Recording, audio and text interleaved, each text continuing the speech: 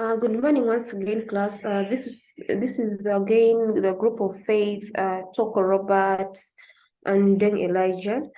Our next discussion is going to be about the emerging technologies and business innovation. Whereby when we look at IoT stands for Internet of Things, which is the nature of modern physical devices, vehicles, and buildings. For example, connected devices or smart devices that basically people are using nowadays. IoT is driving business challenges by providing the data needed to improving marketing that increases sales and decreases costs. So when we look at IoT, these are devices that have sensors and softwares that enable collection and exchange of data via the internet, and also objects that can be controlled remotely to allow direct integration with computer systems, which is urged results, which is economic benefit and improved efficiency of for users. IoT shopping applications, for example, could track our phone's location to learn persons shopping habits, companies, and so many others. Also, when we go ahead in the next slides, we're still talking about Internet of Things, which could also link to smart fridges. Another example of Internet of Things I can talk about the drones we are using, and also nowadays you hear there's also smart farming, whereby people use Internet of Things. They connect devices to, for example, they can connect devices to cattle keeping. They connect devices to cattle and control them using the Internet of Things. When this is still introduction of Internet of Things, but I will not waste a lot of time there. We shall go straight to look at the American Silver, the note that says American Silver Liberties Unity. I think these are all the organizations that are talking about it. What slide is that?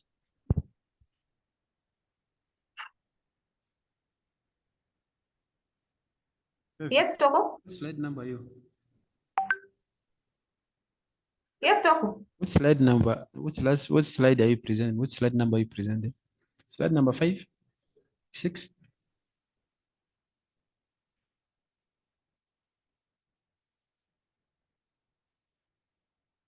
Hello?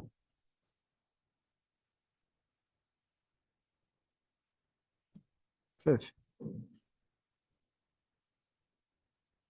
Fifth, can you unmute? I'm on slide 7. Okay. Okay.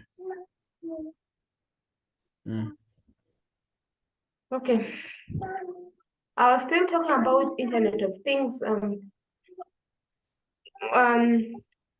was already done. I was still talking about Internet of Things. Dimari, stop making comments.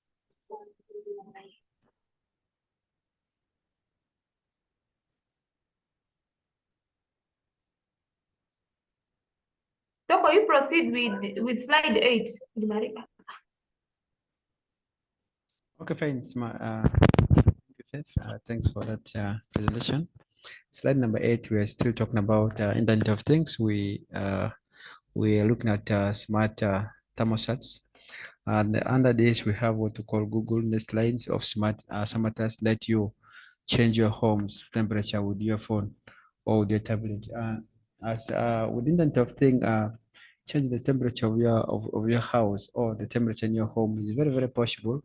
You can use your phone, a smartphone, or you can use a tablet to do that. Let's try to look at this image. Look at this smart home. Now, when you look here, there's this phone. There's this phone which is here. It has been connected to the bulb. It has been connected to a Wi-Fi. There is, you can look here. There is a camera, such kind of a camera.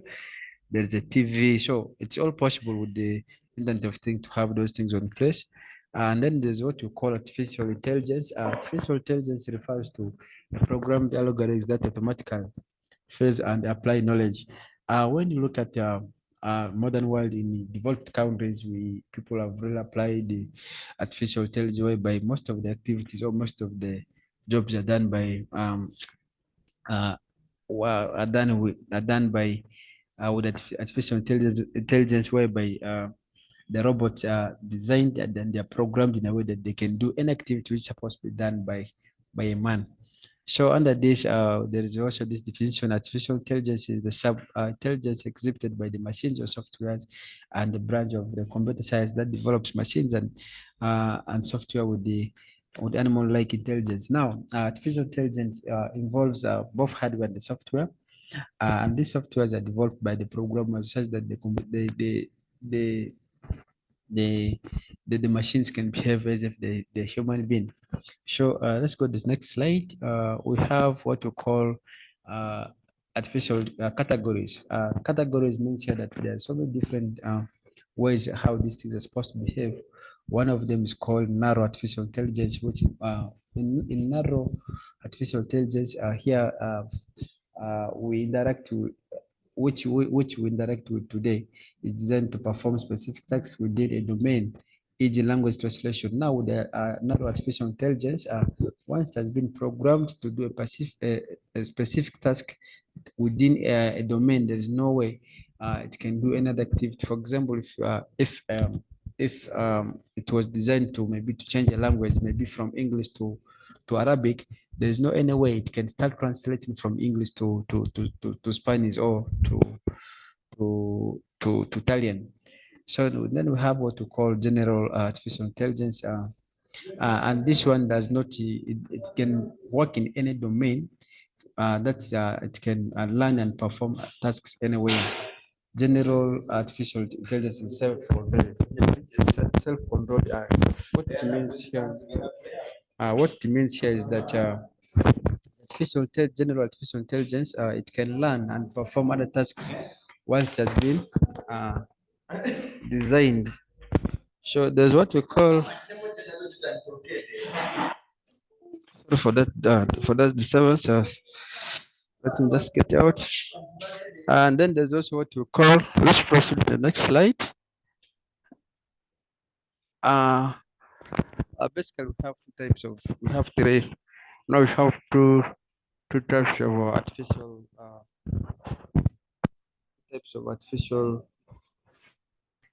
Sorry. We have two types of artificial intelligence. We have now and the general. So let's go to the next slide. Let's proceed. Then under general artificial learning, artificial intelligence learning types, we have different types in general artificial intelligence. One of them is called supervised learning. The learning algorithm is given labeled data and the desired output. For example, pictures of dogs labeled dog while help the algorithm identify the rules of classifying pictures of dogs. Then we have what we call unsupervised learning. We have what we call enforcement learning. Let's go to the next slide. The next slide still talks about artificial intelligence. Although artificial intelligence invokes thoughts of science fiction, the artificial intelligence already has many users today. For example, one of them is called email filtering. We have what we call personalization. With email filtering, users can train their spam filters by making emails as a spam. Then you have what we call personalization. That one is like online services use artificial intelligence to personalize your experiences. Services like Amazon or Netflix learn from your previous purchases and purchases of other users in order to recommend relevant content to you. We have what we call fraud detection. With help of artificial intelligence, we are able to detect whether this is a fraud activity or what fraud email. So we have what we call speech recognition. With the help of artificial intelligence, we are able to recognize speeches. For example, you can look at Google speech app whereby you can speak and it recognize that somebody is speaking. So I'll invite my colleague to take us through the next slide, which still also talks about slide. Please, then you're most welcome.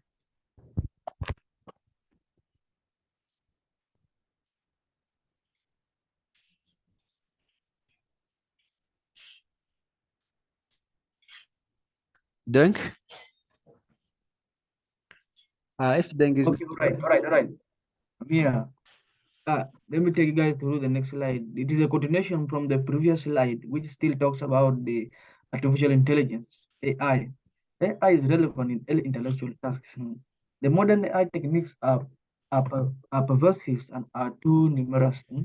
Frequently, when a technique reaches maintenance use, it is no longer considered artificial intelligence. This phenomenon is described as the AI effect. Now, the AI examples are here. Artificial intelligence example. The table below presents high-profile artificial intelligence example. Example number one, we have under the category of autonomous vehicles, such as drones and self-driving cars, we have medical diagnosis, we have creating art, such as poetry, and we have providing mathematical theorems. Under search engines, such as Google search, we have online assistants such as Siri, prediction of judicial decisions, targeting online advertisement. We have image recognition in photographs. Another, we have spam filtering, predicting flight delays, and energy storage. And also playing games such as chess or Go. So these are some of the examples under the artificial intelligence. There are subcategories under different types of how artificial intelligence interact and how it performs the task. We have the autonomous vehicle, such as the drones and self-driving cars. These cars, they have been recently invented in the United States. They haven't reached Africa yet. We have, with social media sites overtaking TVs as a source for news for young people and news organizations, increasingly reliant on social media platforms for generating distribution. Major publishers now use artificial intelligence technology to post stories more effectively and generate high volumes of traffic. Is one of the advantages of AI on social media platforms. For example, Facebook. Uh, we are AI can also produce deepfakes, a content altering technology, which is ZDNet reports. It represents something that did not actually occur. Mm. Though 88% of Americans believe deepfakes can cause more harm than good, only 47% of them believe they can be targeted. Deepfakes are also named because they use deep learning technology, a branch of machine learning that applies neural net simulation to massive data sets to create a fake.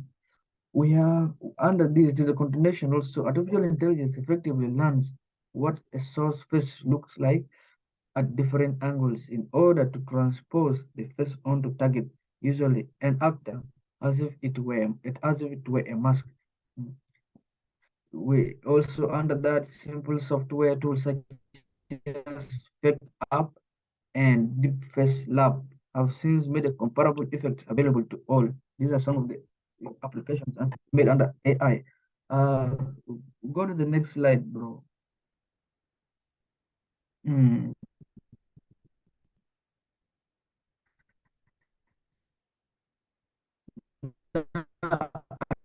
Artificial intelligence challenges.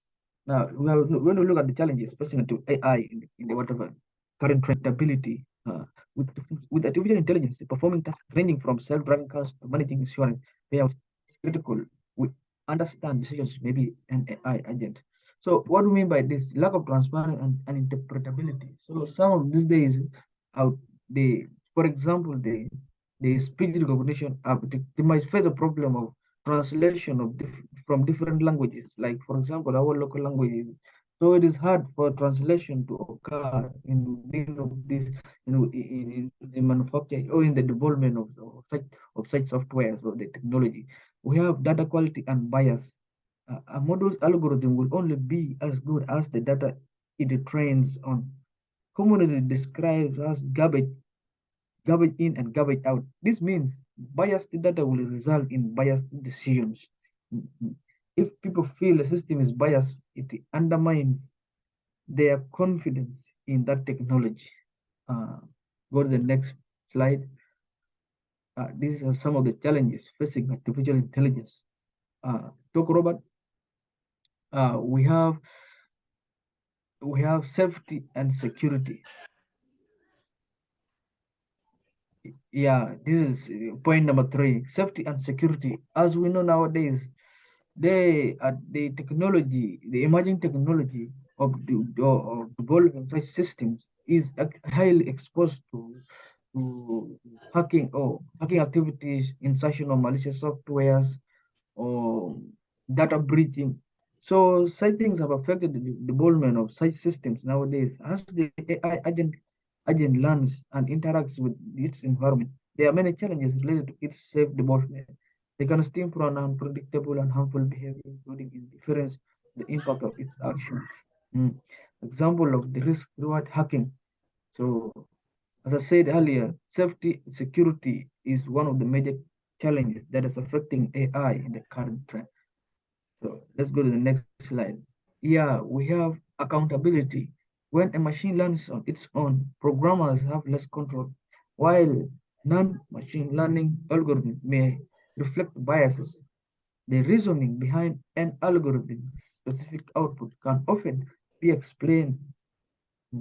How do we do this? The machine, though it doesn't make mistakes, but it can go beyond expectations. Yeah, because programmers develop such these codes here to develop such code to perform a specific task with control. So sometimes programmers can lose control of such machines. So let's go to the next slide.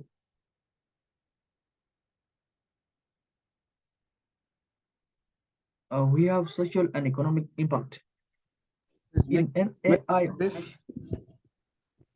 All right, can let my colleague take over, Faith. If I think you can take over, please press the slide. Okay, thank you so much, Dan, for your presentation. I'll continue from here. We are still going on. Well, here, the next one is talking about the social and economic impact that we have on AI, artificial intelligence, whereby we're saying artificial intelligence automation could mean greater efficiency and cheaper products. But AI will also create new jobs or increase demand for certain existing ones. It means that some current jobs may be automated in 1 to 2 decades, and some predicted could be as higher as 47% of jobs in the United States. The other one is governance. See, the institution processes and organizations involved in the governance of AI are still in the early stages to great extent. And then the next slide is talking about, we are talking about the 5th generation. 5th generation is the 5th generation mobile network, which is a new global wireless standard after 1G, 2G, 3G, and you know the generation we've been having, we started from 1G, 2G, so the generation is going on and on and on. Now, as we talk now, we are now on 5th generation, which enables a new kind of network that is designed to connect virtually everyone and everything together, including machines. That is the Internet of Things we are talking about. Of course, 5G is greater than all these other Gs we have, the 4G, 3G. The generation keeps going on and on. The more the generation increases, the more, the more Internet of Things will keep on operating. So here, the 5th generation, that which is the new kind of network, is designed to connect virtually everything. So it connects everything. Everything you see that is working virtually connected via the 5G. For example, the wireless network technology that will fuel innovation and transform the way we live, work, and play. All these things we see that are working with internet under 5G. Okay, there are others that are under 4G generation, but the 5G wireless technology is meant to deliver higher GBPs, peak data speeds. So it is more, we mean here, they mean that it has more speed than all this other generation. Here also we can look at 5G, which is undefined, more capable air interface. It has been designed with an extended capacity to enable next generation users experience and power new development models and deliver new services. And with high speeds, with also high speeds, when I look at this other slide, it is still talking about the 5th generation, whereby they're saying whatever we do now, our smartphones will always able to do faster and better with 5G. That's why we are saying 5G is better than these other Gs that we have. For example, imagine the drones. We're talking about the drones. The drones work with 5G. The other Internet of Things we are talking about also, like for example, cooperating to carry out search and rescue missions, fire assessment, and traffic monitoring, all communicating wirelessly with each other, and ground-based station over 5G networks. All these examples we've seen, they work under 5G generation. But also, the fastest current 4G mobile networks offers about 45 Mbps, megabytes per second on average, although the industry is still hopeful of achieving the 1 Gbps, gigabyte per second. That works under 1000 Mbps. I'll not waste much time here. I'll go to the next slide, which is still talking about the limitations, the 5G limitations, whereby we are looking at the obstructions that can impact connectivity. With the 5G, you know, everything has limitations, has advantages and disadvantages. So when you look at the 5G limitations, we have obstructions that can impact connectivity. The range of 5G connectivity is not great, as the frequency waves are only able to travel a short distance. Yeah, here we mean that however much we are praising the 5G connectivity, however much we are praising the 5G 5 generation, its connectivity is not as good as frequency waves are only able to travel short. They travel through a short distance. Then also we can add to this setback is the fault that setback, and there's another limitation that 5G has. There's a setback, that is the fact that 5G frequency is interrupted by physical obstructions, such as trees. You know, 5G also sometimes are distracted by the trees, towers, walls, and buildings, thus building and so on. So we also have initial costs for rollout, which are high. The costs related to the development of 5G infrastructures or adaptations to existing cellular infrastructures will be high. The amount will be further compounded by the ongoing maintenance costs needed to ensure. So it is basically hard to maintain. Let's look at other limitations we have limitation also for, as I said, everything has advantages and disadvantages. Also, 4th generation has limitations. One of the limitations 4th generation has is the rural access. Here we are saying that while 5G might bring about real connectivity for the predominantly urban areas means the people who are living in town. Those living in the rural areas, villagers will not necessarily benefit from the connectivity, from the connection. So people who are living, for example, we can, what example can I give? Okay, basically here we are meaning that people who are living in urban areas might be the only people benefiting from 5G network. Also, now let's go to this other point, which is saying as it stands, many remote areas countrywide are not able to access any form of the cellular connectivity. The 5G carriers are going to target big cities with large populations, eventually working their way into the outer areas, but it's not likely this will be happening anytime soon. So here their meaning, 5G network is still like available in the urban areas. They are not yet in the rural areas, but soon they can be connected. Then there's also battery drainage on devices. When it comes to cellular devices connected to 5G, the batteries are not able to operate for a significant period of time. They mean that the battery always drains so faster with 5G network. Because why? Because it upload speeds don't. Okay, this other one is the 4th generation. Upload speeds don't match download speeds. The download speeds of 5G technology are incredible high. In some cases, up to 1.9 Gbps. However, the upload speeds are rarely more than 100 Mbps, which is not quite as incredible as initially touted in relation to existing mobile. Okay, fine, Faith. Let me finish the remaining slides. The next point, which talks about the limitations of 5G generation, we have what we call detracting from the ancestors. Now, when you look at the 5Gs, you find that right now there are so many cell phone towers which has been existing.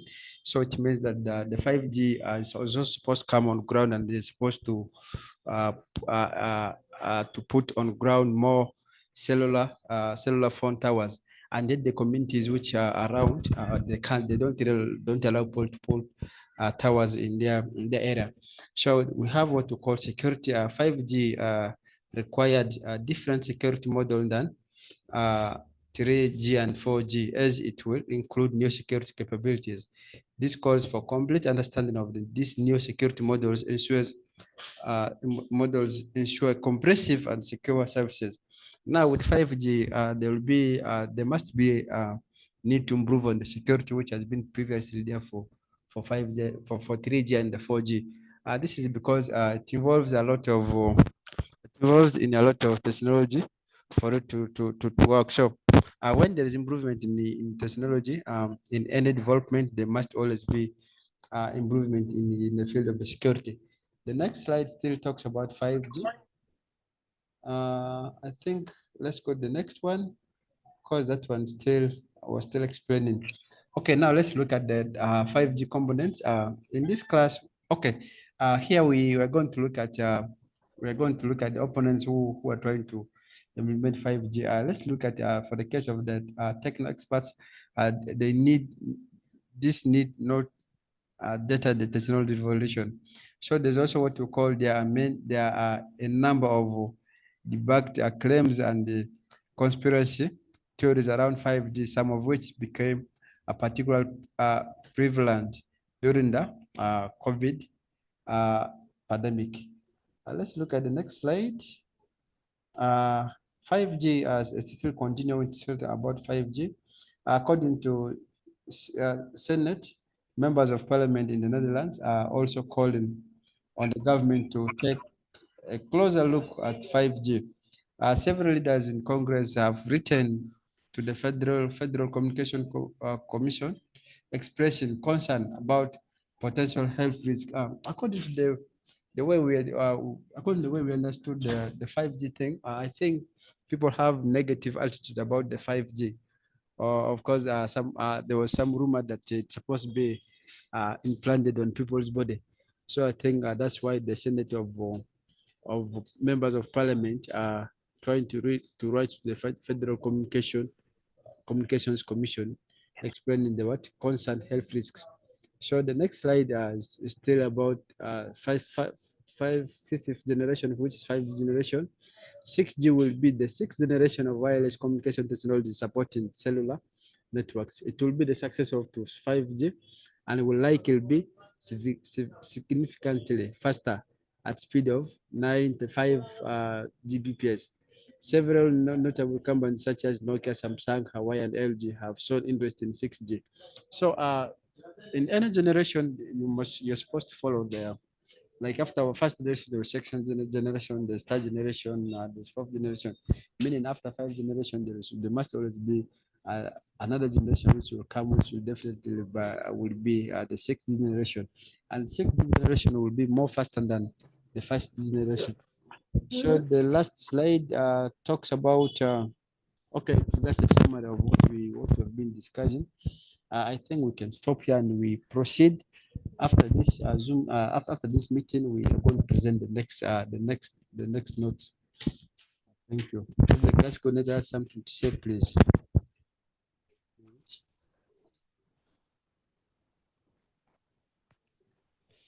Yeah, just want to add on something about the summary. So these are the what we have talked about. These are the topics that we have really talked about: Internet of Things, which is IoT, artificial intelligence, and the 5G networks. So we'd like to stop here for this topic, and we continue in the next topic. So Toko, you can end the meeting and restart again. Thank you.